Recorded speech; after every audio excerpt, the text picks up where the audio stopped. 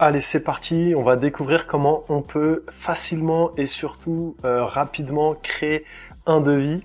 Donc c'est parti, on va pouvoir mettre le titre, ajouter un client et si on veut directement créer un chantier depuis notre devis. Ensuite, on va pouvoir ajouter une description directement dans le devis pour donner un peu plus d'informations aux futurs clients.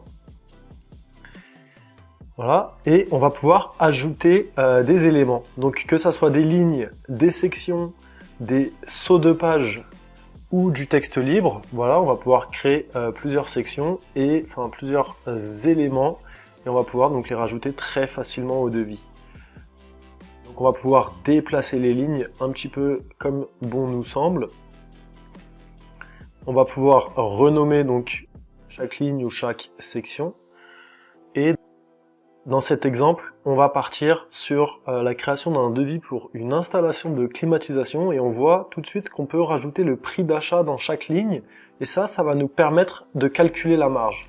La marge sur chaque ligne pour savoir combien on gagne et on le voit là déjà tout en bas, on voit qu'on va pouvoir calculer la marge au global du devis donc ça c'est hyper intéressant. Et ça permet d'éviter de tenir un cahier ou un tableau Excel à côté pour savoir combien est-ce qu'on va gagner sur son devis. Donc on va remplir nos lignes et pouvoir ajouter donc, les quantités et les prix. Donc voilà, dans cet exemple, on rajoute une unité intérieure et une unité extérieure. On va pouvoir directement visualiser la marge. On a le choix du montant de TVA. Et voilà, on enregistre afin de pouvoir visualiser directement à quoi va ressembler le devis. Donc là, on n'en est qu'au début du devis, il n'est pas finalisé, mais on veut voir à quoi il ressemble. Donc on voit que sur le fond de l'écran, il y a un filigrane qui permet de personnaliser les devis. Et on va pouvoir aussi rajouter en en-tête de devis les certifications de votre entreprise.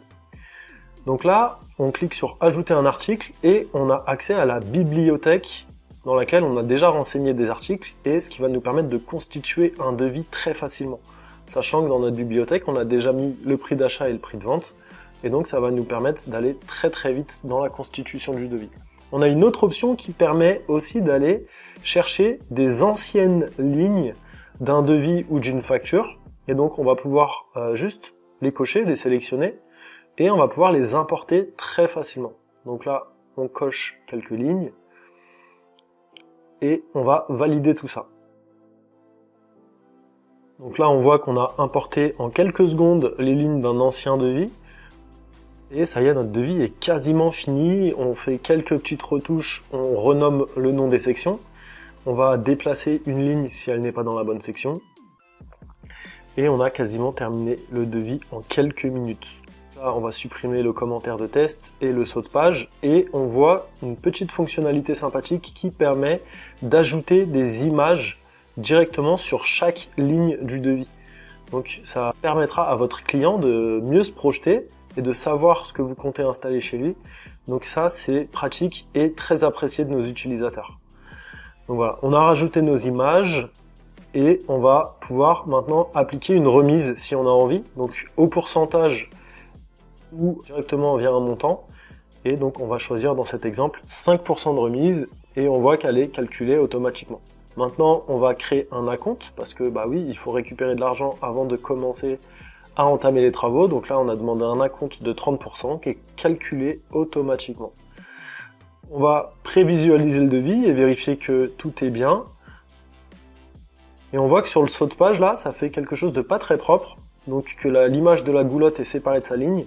Donc on va retourner sur notre devis et insérer un saut de page juste au-dessus de la goulotte. Voilà, c'est fait. On va pouvoir le reprévisualiser et on va voir. Donc on voit chaque image. La goulotte est bien passée sur la seconde page. On voit aussi ici que on va pouvoir donc visualiser son devis et on voit que les CGV, les conditions générales de vente, peuvent être ajoutées dans les paramètres. Donc on peut les rajouter sur tous les documents, les devis et les factures. Donc là, je reviens sur mon devis et on voit dans les actions, tant que mon devis est en mode brouillon, que je vais pouvoir envoyer mon devis par email. On va pouvoir utiliser des modèles et on imagine que je l'ai envoyé et que le devis soit signé. À ce moment-là, je vais pouvoir facturer un acompte ou transformer le devis en facture.